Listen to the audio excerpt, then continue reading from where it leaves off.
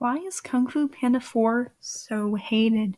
Howdy, Ed folks, and Fox32 here, and today I'm going to try and change a few minds today about one of DreamWorks' newest installments, Kung Fu Panda 4. Now, I don't really understand why everybody hates it so much. When I first saw it, I was astounded. I was laughing, I was crying a little, and I was just so happy that we got a Kung Fu Panda 4.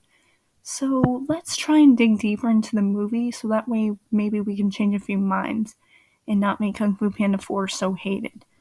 Now, I can see DreamWorks has been experiencing with the art of fear a lot in their previous movies. In How to Train Your Dragon 3, Hiccup was afraid of losing Toothless, his best friend and his protector, so the fear of losing a friendship. And the bad guys, Mr. Wolf is afraid of redeeming himself because he doesn't know how he'll be judged by his friends and everyone else. So the fear of both redemption and judgment. In Puss in Boots to the Last Wish, Puss was afraid of facing his own mortality. And most of all, that scary death wolf, which literally everyone was afraid of. Even me, I was afraid of that wolf. Not because he was big and scary, but because he was death, and I didn't want to lose my favorite orange gato. So how did Kung Fu Panda 4 incorporate fear into their movie? How did they make audiences hate it so much? Well, I think I know why. It's because the movie reflects heavily on change.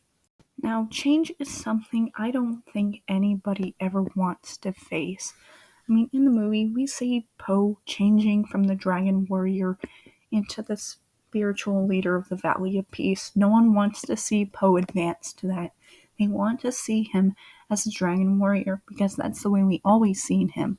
We don't want anyone else taking the title of Dragon Warrior, especially not some random character that just pops out of nowhere like Jen. Now, if anyone wanted to see Poe advance to the spiritual leader of the Valley of Peace, then we would have wanted someone that we already know to take the title of Dragon Warrior, like Tai Lung. Everybody wanted Tai Lung to become the Dragon Warrior so bad, and in the end of the movie, when he didn't get the title, I think that's one of the reasons why everybody didn't like the movie. It's because he didn't get the title. He didn't get that closure. He and the other villains just bowed to Poe and went back to the spirit realm when the chameleon was defeated. Now, you guys remember earlier how I said the movie was all about the fear of change? Well, I realized something. Speaking of the chameleon is an animal that can change into different colors, depending on their emotions. As in Kung Fu Panda 4, this chameleon can change into any other Kung Fu master she wants. So, change, change, change.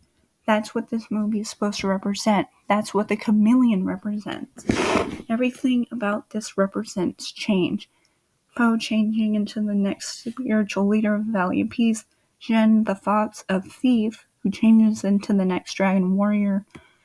The villains in the previous 3 movies are now getting redemption. That's a big change.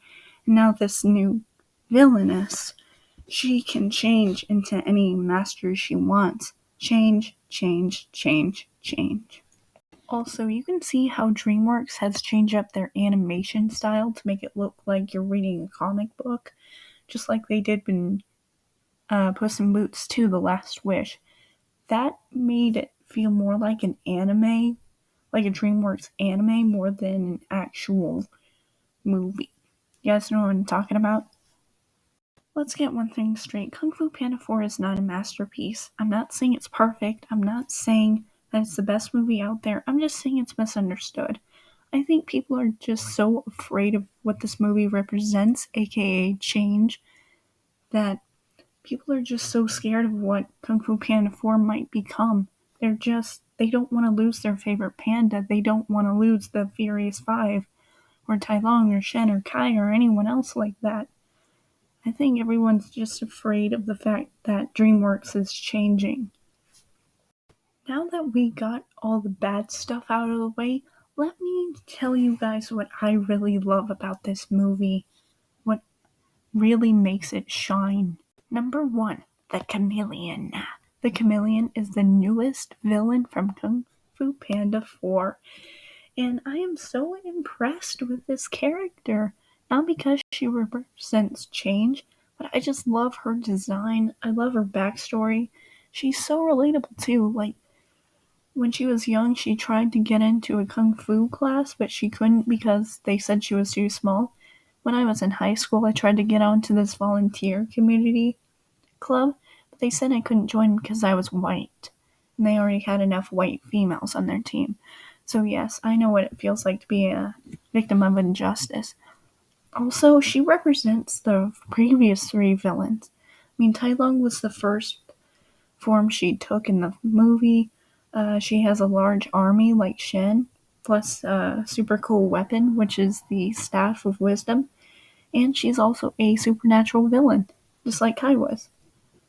Number 2, Aquafina voicing Zhen. Zhen is the newest dragon warrior and character of the Kung Fu Panda franchise. She is voiced by the legendary actress Aquafina, who, by the way, is no stranger to DreamWorks, as she voiced Miss Tarantula from The Bad Guys. Oh, let's also not forget that she voiced Sisu Datu from Raya and the Last Dragon. So that, on its own, is enough to make this movie shine like a diamond. Number 3, The Return of Tai Lung, Lord Shen, and General Kai. These three are amazing villains with amazing backstories. Well, Kai, I like Kai, but he's not misunderstood like Tai Lung, nor does he play a really major part of the canon in the movie like Shen does. But all three of these characters are just super cool, and I'm so grateful that we were able to see them again. Number 4, The Passing of the Torch. Kung Fu Panda 4 is a sweet and general version of a passing of a torch. I know it's sad watching Po not being the Dragon Warrior anymore, but hey, there could have been a lot worse things that could have been done to him. Like maybe he could have been killed and he could have passed on the Staff of Wisdom to Jin, or something worse, or maybe him becoming a bad guy all over. So that would have been really, really horrible. There are much worse ways they could have went about this, but no. I just feel like this is sweet, this is honest, and it's a great way to see a passing of the torch. And finally, number 5, the redemption of the villains. Now, I know it's not the redemption we wanted for Tai Lung or Shen or Kai, but it was sweet. It was sweet how they just bowed down to him and accepted him as the Dragon Warrior, or as the next spiritual leader of the Valley of Peace, or whatever. It was sweet. I would have loved seeing Tai Lung, Shen, and Kai fight alongside Po to defeat the Chameleon, but how would they even do that? I mean, if they did manage to break out, wouldn't they just go for Po's blood or something? Yeah, I don't see how they would incorporate them fighting alongside Po just to defeat one villain. I mean, and afterwards, they could have just killed him on their own, but they didn't. So yes, the ending was really sweet, and I loved it. Now, I really hope I changed some minds today, and I know I'm probably going to lose a lot of supporters because of this video, but honestly, I don't care. I joined YouTube to entertain people and be informative, not to be famous or anything.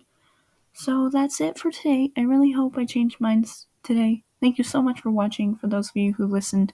And to those of you who didn't, well, who cares? Anyway, thank you so much. I'll see you guys next time. Adios.